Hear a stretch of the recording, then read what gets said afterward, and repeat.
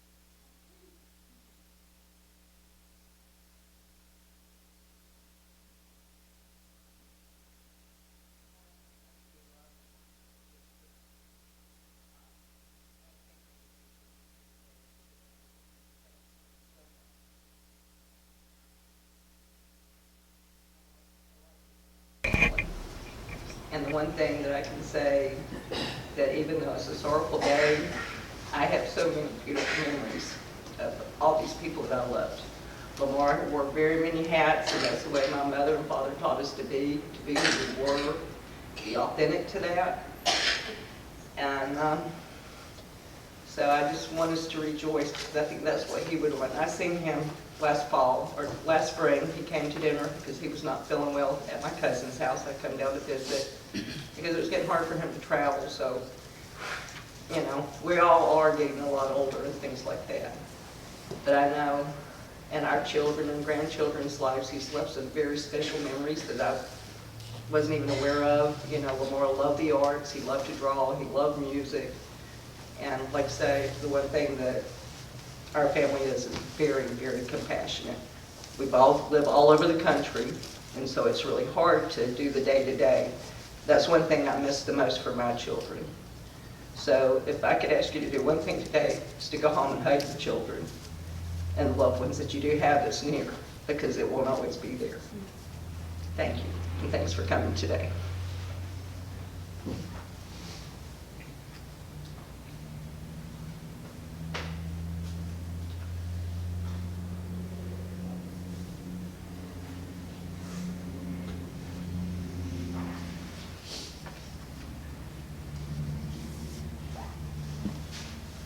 I would like to say a few words about Lamar. I've only really got to know him in the past 3 years, and I know that when people first meet Lamar, it's the jokes and the funny stories that stand out. But he was a man of great kindness, and he made everyone feel welcome and comfortable. And like the rest of us, he had imperfections, but he always made me think of the line from a Leonard Cohen song, that there is a crack in everything, but that's how the light gets in. And certainly with Lamar, I remember the light.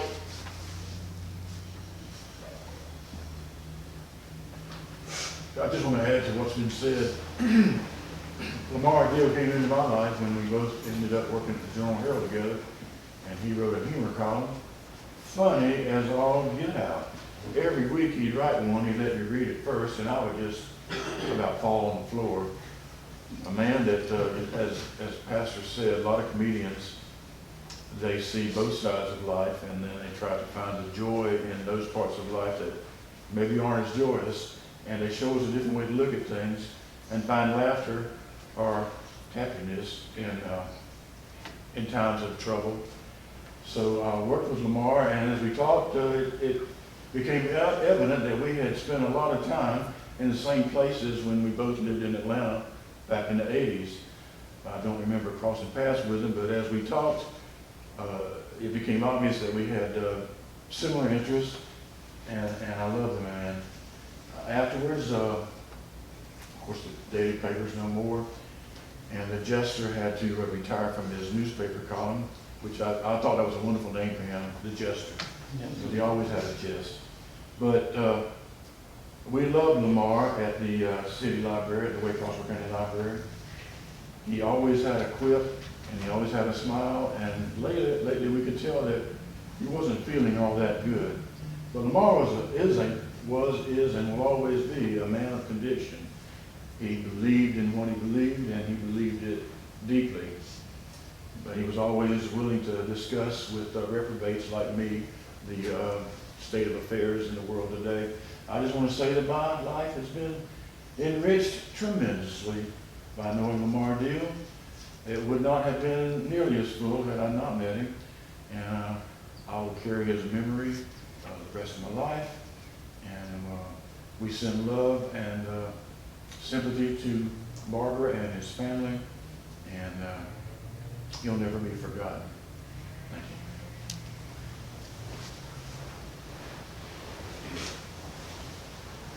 When I think about Lamar, I think about joy. You said joy. I mean, he filled this world with joy. When I'm going through old pictures from old shows and I see Lamar, I smile. And that's what I think of. There's never enough joy in this world. And when I think of Lamar, I think of joy.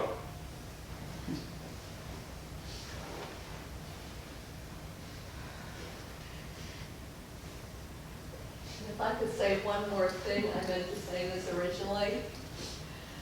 Lamar talked to me one time about his love for his wife, Barbara, and he credited her with saving his life. And that was a big part of Lamar's existence, so love you, Barbara.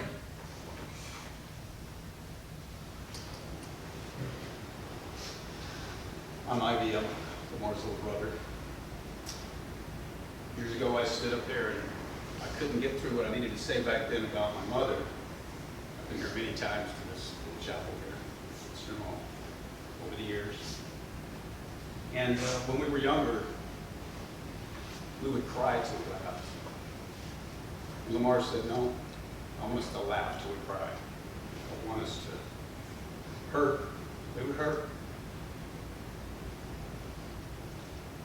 And I was so grateful when he met Barbara. Lamar was a low point, he was struggling. And she helped bring him great happiness, a family, more of a family than he thought he would ever have. Yes. So I'm very grateful to Barbara and to their family for delivering Lamar out of a situation where we thought might be hopeless. And you're all right. Lamar was one of the funniest people I ever knew. I didn't know if he was the funniest person, the most intelligent person, or the craziest person. And so I think he was crazy funny and crazy intelligent. And I thank all of you for coming. I thank you all for knowing and loving my brother. And there's nobody like Lamar. Thank you.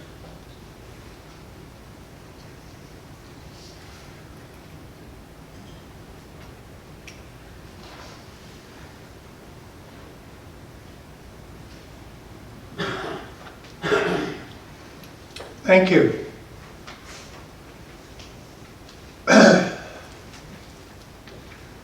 If I have an image of Lamar when he seems to be relaxed and most comfortable, it's when I was visiting his house and he was putting on a barbecue. And I'd see him as a host. And he was just looking around and seeing people enjoying his food and enjoying what he cooked and enjoying just being there and having his friends around. And that whole part reminded me of this holy writing that's I'm going to read to you by Rumi. Rumi, if you can see the date, was from the 13th century. He was a Sufi poet and, like Lamar, felt closest to the infinite when he was moving. And you never saw Lamar enjoying being still for very long. So let us look at the words as we read holy words. Your laughter turns the world to paradise. Your laughter turns the world to paradise. It tears through me like the fire. It teaches me. Reborn in emptiness, I emerge, laughing. Here to learn from love, new depths of laughter. I've been short on courage, but I have a heart of sunlight, straight from the King's hand. I stir up laughter even in those who fear joy. Crack open my shell, steal the pearl. I still will be laughing. It's the rookies who laugh only when they win. Last night, the spirit of dawn came to my room and gave me a lesson in laughter. Our blazing roars in the morning sky. When I brood like a rain cloud, laughter flashes through me. It's the habit of lightning to laugh through a storm. Look at the furnace. Look at the stones. See the glowing red veins? God. Laughing in fire, daring you. Prove you're no fake. Laugh, even when you lose. We're fodder for death, so learn to laugh. From the angel of death, he laughs at the jeweled bells and the crowns of kings. All that splendor, just on loan. Treetops blossom, erupted laughter, petals rain down. Laughter, like the bud of a flower hugging the ground.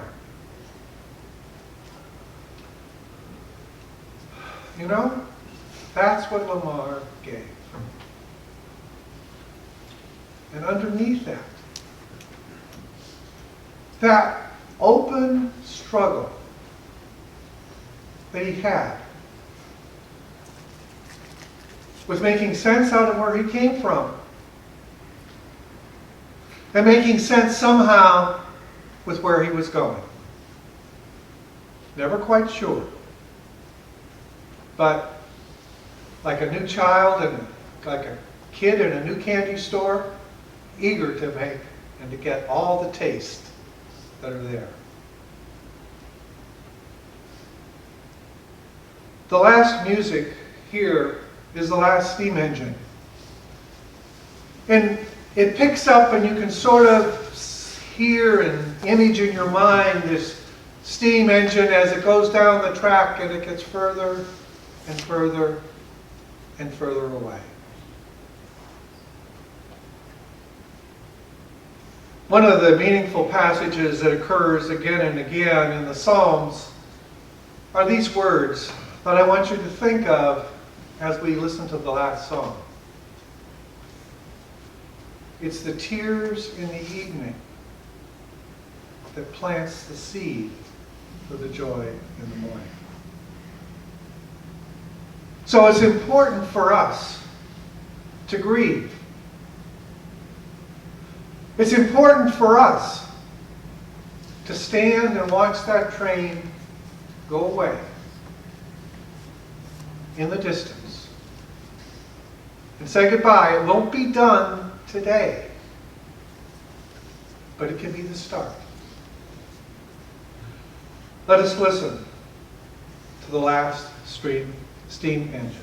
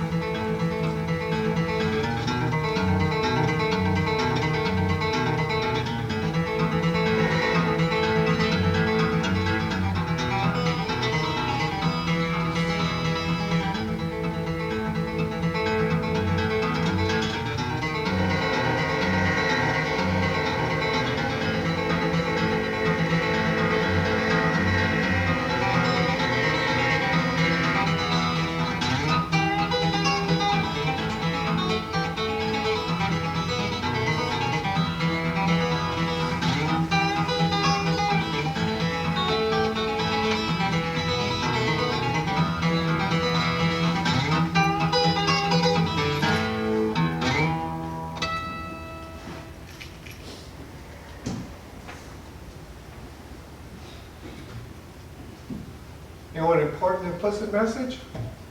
The train keeps on moving. In whatever way you're comfortable, I want to give you a blessing. You can sit with your eyes open, you can sit with your eyes closed, you can sit with your palms up. Oh, great one. There was a time when we weren't, and then we are, and then we face mystery.